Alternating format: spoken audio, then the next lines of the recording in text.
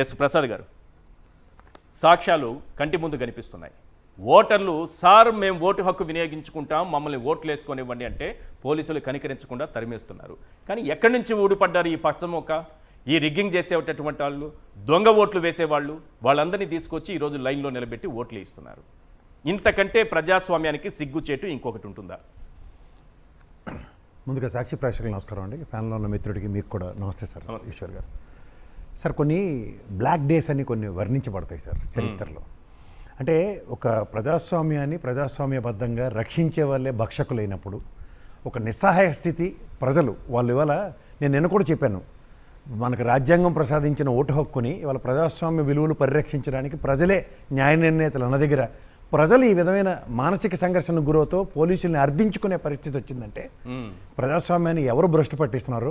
తర్వాత మీరు non local local అన్న దగ్గర ఎలక్షన్, నేను నా 56-57 సంవత్సరాల వయసులో నేను ఎన్నో ఎలక్షన్స్ చూసిన దగ్గర నాన్ లోకల్ వాళ్ళు ఆ ప్రాంతాన్ని విడిచి వెళ్ళాలి అన్న దీనికి ఎవరు కట్టుబడి ఉన్నారు, ఎవరు కట్టుబడి లేరు అన్నదానికి వాళ్ళు మాత్రం విడిచి వెళ్ళాలా? అదే సార్, నాకు ఇది ఈ కొత్త అమెండ్మెంట్ ఏ ఎలక్షన్ కమిషన్ ఇచ్చిందో నాకైతే అర్థం కావట్లేదు. ఎందుకంటే ఈ రూలింగ్ గవర్నమెంట్కి సంబంధించిన వాళ్ళు అయితే అక్కడ ఉండొచ్చు, నాన్ రూలింగ్ గవర్నమెంట్లో లేని వాళ్ళందరూ స్థానికేతరుల కింద కన్సిడర్ చేస్తారు కాబట్టి వాళ్ళు బయటికి పోవాలి అన్న ఉదంతాన్ని ఫస్ట్ టైం చూస్తున్నాం. ఇది తర్వాత ఒక ఎంపీకి ఈ విధంగా ఇంత దౌర్భాగ్యంగా ఎంపీని కూడా గౌరవ చేసి ఒక ప్రజాస్వామ్య విలువలను పరిరక్షించడానికి ఒక 7 నియోజకవర్గాల దగ్గర శాసించే స్థాయి కలిగిన ఎంపీని కూడా నిలువరించగలుగుతున్నారు అంటే అసలు నాకు అర్థమే కావట్లే. ఇందాక మీరు చూపించిన విజువల్లో వేంపల్లి నుంచి జమ్మలమడుగు నుంచి ఆఖరికి తెగిస్తే ఎంతకైనా తెగిస్తారన్నది ఎప్పుడు చిన్నప్పుడు వినేవాళ్ళం సార్.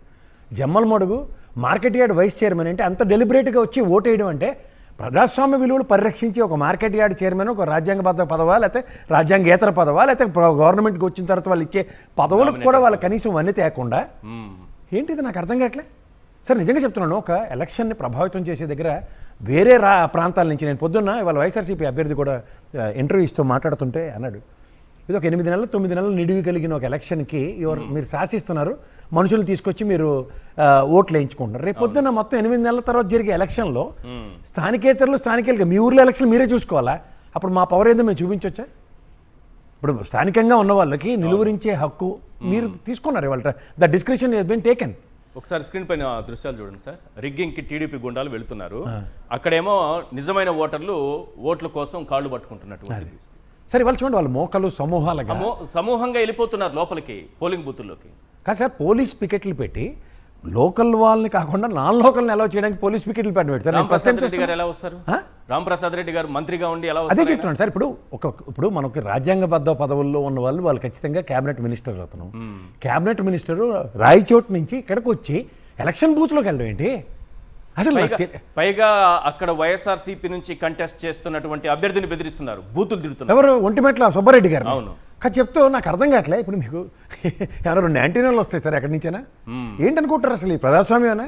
మీరు ఇదే ఎలక్షన్ రాయచోట్లో మీకు ఈ విధంగా ఆ రోజున గవర్నమెంట్లో లేదా ఆ రోజున పోలీస్ వ్యవస్థలో మిమ్మల్ని నిలువరిస్తే ఈ రకంగా జరిగిందినా మీకు?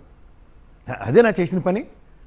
నిన్న కూడా మొన్న మన ఎమ్మెల్సీ గారిని గెరావ్ చేసిన తర్వాత ఆయన మీద తిరగబడి కొట్టిన తర్వాత కూడా నాకు తెలిసిన ఇన్ఫర్మేషన్ సార్, 3000 మంది తిరగబడి పోలీస్ స్టేషన్కి వెళ్తామంటే కూడా నిలువరించి సంయమనం పాటించమని చెప్పిన అవినాష్ రెడ్డి గారు, మన అధినాయకుడు మార్గం అది కాదు అని చెప్పాడు. ఇంతకన్నా ఇంకా విలువల్ని విశ్వసనీయతని ప్రదర్శించుకుంటూ ఏం సార్ ఇది? ఎవ్రీడే ఏమైనా టెస్టిమోనియల్ టెస్ట్ ఇచ్చుకుంటూ కూర్చోవాలా అపోజిషన్ పార్టీ? లేకపోతే గవర్నమెంట్ శాశ్వతంగా ఏమైనా మీకు ఏమైనా రాజ్యాంగ వ్యవస్థలో మీకు ఒకసారి ఈ విధంగా 124 సీట్లు గెలిస్తే 151 కన్నా 124 గెలిచారు కాబట్టి మీరు ఏం చేసినా చెల్లుబాటు అవుతుంది అనుకుంటున్నారా? ఎలక్షన్ కమిషన్కి ఏమైనా బాధ్యత ఉందండి అసలుకి? వాళ్ళకి తెలీదా ఇలాంటివి చూడరా? వాళ్ళు వెబ్ కాస్టింగ్ అంటారు. అంటే మనం ఎంత అప్డేట్ అని చెప్పడం కోసం నేను అంటున్నా. సాయంత్రం ఏం చెప్తారు తెలుసండి? చదురు మొదలు గట్ల మీద శుభ్రంగా ఎలక్షన్ అయిందని చెప్తారు సిగ్గుపడి. మనం సిగ్గుతో చావాలి. ఇదేంటండి ఇది ఎక్కడ? ఇది వాళ్ళు వాటర్ స్లిప్పులు లాక్కున్నారో నిన్నటి నుంచి అరణ్య రోదనాలు పైపచ్చి అక్కడ డెలిబరేట్గా రిగ్గింగ్ చేస్తూ ఏమవుతుంది పా వేసుకుని రా నేను ఏం చూస్తాను అంటుండే. ఎవడాడు బయటకు వచ్చాడు తప్పేలాగాడే? వాడికి ఎక్కడి నుంచి వచ్చేసారు డిస్క్రిప్షన్స్? అంటే వ్యవస్థని కబంధహస్తాల్లో పెట్టుకొని వ్యవస్థని మనం శాసించవచ్చు అనుకుని పార్టీ కార్యకర్త కూడా అదే ధోరణిని ప్రదర్శిస్తూ ఎక్కడెక్కడో మార్కెట్ యార్డ్ చైర్మన్లు వచ్చి ఓట్లేస్తూ వేంపల్లి నుంచి వచ్చి పులివెందులను ఒంటిమెట్లను ఓట్లేస్తారు సార్. ఇది ఎక్కడ దౌర్భాగ్యం? ఈ ప్రధానంగా మనం ప్రజాస్వామ్యం, అత్యధిక ప్రజాస్వామ్య విలువలు కలిగిన దేశం, largest democracy in the world, ఇదా? ఎవరో ఎంత ఇవాళతో అయిపోతుంది అనుకుంటారా? మీరు నాటిన విత్తనం ఓ గంజాయి మొక్క కింద దాన్ని మహావృక్షం చేస్తే రేపు పొద్దున అదే ఊరోళ్ళు మొహాలు చూసుకోరా? వీళ్ళు ఇటు నుంచి అటు రారా? ఏమవుతున్నాయి? ఒకటి కట్టుబడి ఉండడం తప్ప, విలువలు విశ్వసనీయతని ప్రదర్శించడం తప్ప, అంటే గాంధీ మార్గంలో వెళ్ళడం తప్ప అంటే ఏం చెప్పాలా? 32 ఏళ్ళ లెగసీ అండి ఆ జమ్మల మడుగురి పులివెందులకి.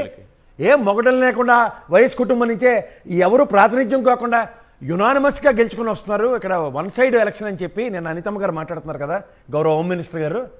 సార్ నాకు తెలియక అడుగుతున్నాను, ఇన్ ద 32 years టెన్యూర్లో 14 సంవత్సరాల పాటు ముఖ్యమంత్రిగా చంద్రబాబు గారు ఉన్నారు కదా సార్.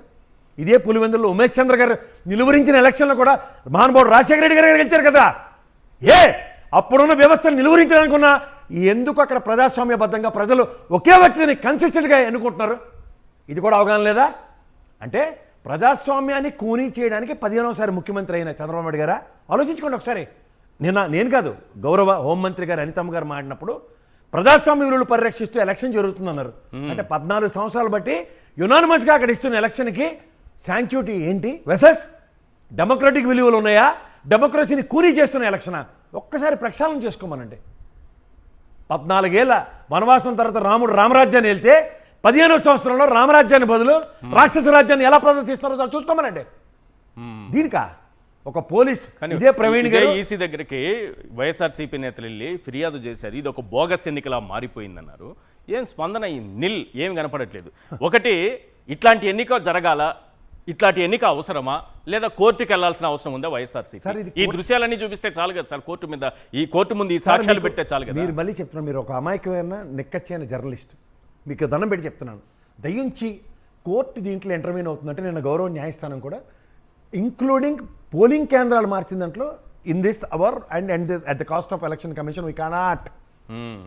సరే ఇవి మీరు మళ్ళీ మీరు ఎందుకు పబ్లిసిటీ ఇవ్వలేదు, వాళ్ళకి ముందే చెప్పలేదన్న మాత్రం క్వశ్చన్ చేసింది ఈ పోలింగ్ బూతులు మార్చడం వెనుక హైకోర్టు. 2 విషయాలు చెప్తా సార్. స్వతంత్ర ప్రతిపత్తి కలిగిన వ్యవస్థలు ఎంతకైనా దిగజారిపోతే ఇలాగే ఉంటుంది. ఎందుకంటే భారత రాజ్యాంగం ప్రకారం ఎలక్షన్ కమిషన్కి గౌరవ న్యాయస్థానానికి సార్ నేను మళ్ళీ చెప్తున్నాను సార్, గౌరవ న్యాయస్థానంలో మీరు గమనించట్లేదు, కళ్ళకి గంతలు కట్టి ఉంటుంది న్యాయదేవతకి. అంటే మనం తల్లితో సమానం న్యాయదేవత. కానీ స్వతంత్ర ప్రతిపత్తి కలిగిన ఏ వ్యవస్థ అయినా భారతమాత అంటాం, మాతతో కొలుస్తాం. ఎందుకంటే వివక్షకి అన్నది లేకుంటే నావాడు మీవాడు అని కంటి చూపుతో చూడకుండా ఉండడానికే గంతలు కడతారు. అక్కడ గౌరవప్రదమైన స్థానంలో కూర్చున్న న్యాయమూర్తి గారు ఖచ్చితంగా తన మన అన్న భావాలు లేకుండా న్యాయం ధర్మాన్ని పరిరక్షిస్తారని. అదే డిస్క్రిప్షన్ గౌరవ ఎలక్షన్ కమిషన్, ఎందుకంటే they're all IAS bureaucrats. The first class magistrate whose happen to be the chief election officer for the respective districts.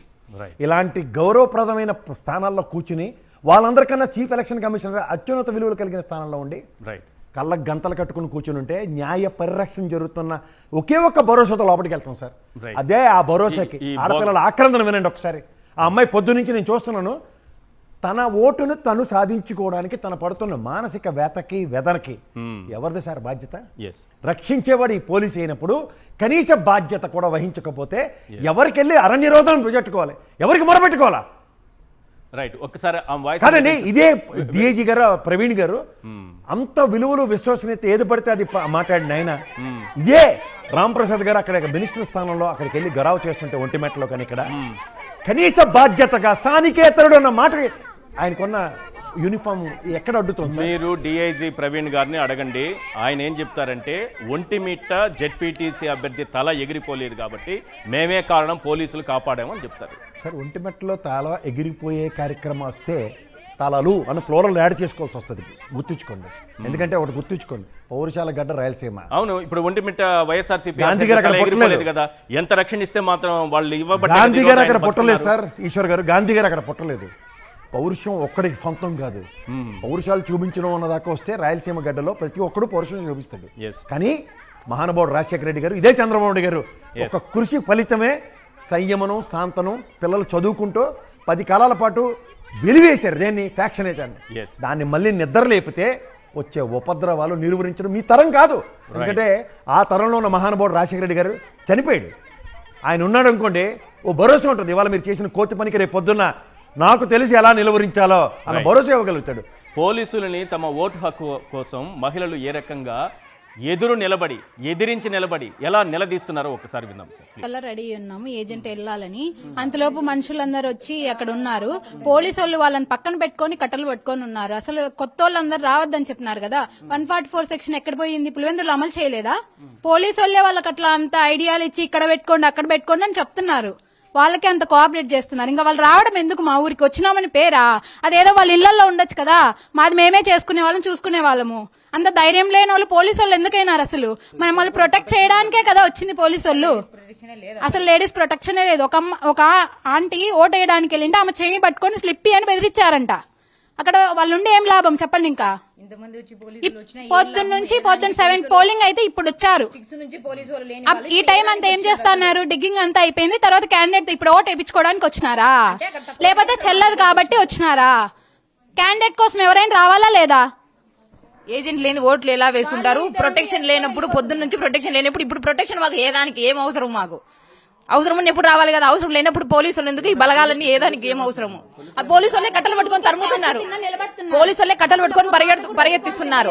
ఎవరికి మా వైఎస్ఆర్సీపీ మనిషి ఎవరు కనపడినా తరుముతున్నారు. వాళ్ళని కొట్టాలని ట్రై చేస్తున్నారు. చంపడానికి కూడా అసలు సిద్ధపడుతున్నారు. మేము ఏ దానికి అలాంటప్పుడు ఎన్నికల కమిషన్ ఎందుకు అమలు చేయాలి? ఎందుకు? మేమిద్దరము ఏజెంట్స్, కానీ అక్కడ వాళ్ళ ఏజెంట్స్ పెట్టుకొని వాళ్ళంతకు వాళ్ళు చేసుకుంటున్నారు డిగ్గింగ్, ఎవరు హెల్ప్ లేకోకుండా. తర్వాత ఇంకా ఎస్సీ కాలనీలోకి వెళ్ళి స్లిప్పులు ఇస్తారా లేదా అని బెదిరిస్తున్నారు. మేము ఇవ్వము అంటే వెనకాల రౌడీల లాగా 2-3 మనుషుల్ని తీసుకొని వచ్చి బెదిరిస్తున్నారు. మేము డబ్బులు ఇచ్చినప్పుడు తీసుకున్నారు, స్లిప్పులు అడిగినప్పుడు ఇవ్వడానికి మీకేమంటే మేము ఇవ్వను, మీ డబ్బులు మీరు తీసుకోండి అంటే ఇంకా ఎక్కువ బెదిరించి వాళ్ళని బెదిరిస్తున్నారు. మిమ్మల్ని చంపుతాము, మిమ్మల్ని కొడతాము, ఎట్లంటే అట్లా. ఇంకా పోలీసు వాళ్ళు ఉండడం ఎందుకు? ఈ ఊరికి రావడం ఎందుకు? వాళ్ళ ఇళ్లలో వాళ్ళు ఉండొచ్చు కదా. వాళ్ళ పక్కనే నిలబడి కట్టెలు పట్టుకొని ఉన్నారు పోలీసు వాళ్ళు. మేము ఇంతవరకు అసలు ఇంట్లోంచి బయటకు అడుగు పెట్టలేదు. ఉంది సార్ ప్రజాస్వామ్యము. ఎందుకు మీరు ఇట్లా ఓట్లు ఎవరైనా వేస్తారు, ఎవరైనా గెలుస్తారు. పిల్లలు కాదు ముండలు గెలుస్తారు. ఎందుకు పెట్టాలా? ఉంది యాడుంది సార్ ప్రజాస్వామ్యము. ఎందుకు మీరు ఇట్లా ఓట్లు ఎవరైనా వేస్తారు, ఎవరైనా గెలుస్తారు. పిల్లలు కాదు ముండలు గెలుస్తారు. ఎందుకు పెట్టాలా? ఆ మహిళ మాటలకు ఈవీఎం గవర్నమెంట్ సిగ్గుపడాలి. ఈవీఎం గవర్నమెంట్ నిర్వహిస్తున్నటువంటి బోగస్ ఎన్నిక ఇది. ఆ మహిళ మాట్లాడినటువంటి మాటలకు సిగ్గుతో తలదించుకోవాలి. ప్రజాస్వామ్యం తలదించుకోవాలి, అధికారులు తలదించుకోవాలి, మన పాలకులు తలదించుకోవాలి, పోలీసులు తలదించుకోవాలి. ఎవరైనా గెలుస్తారు. ఇలాంటి గెలుపని ఆ మహిళ అంది కదా, ఆ వర్డ్ నేను మళ్ళీ ఉచ్చరించలేను.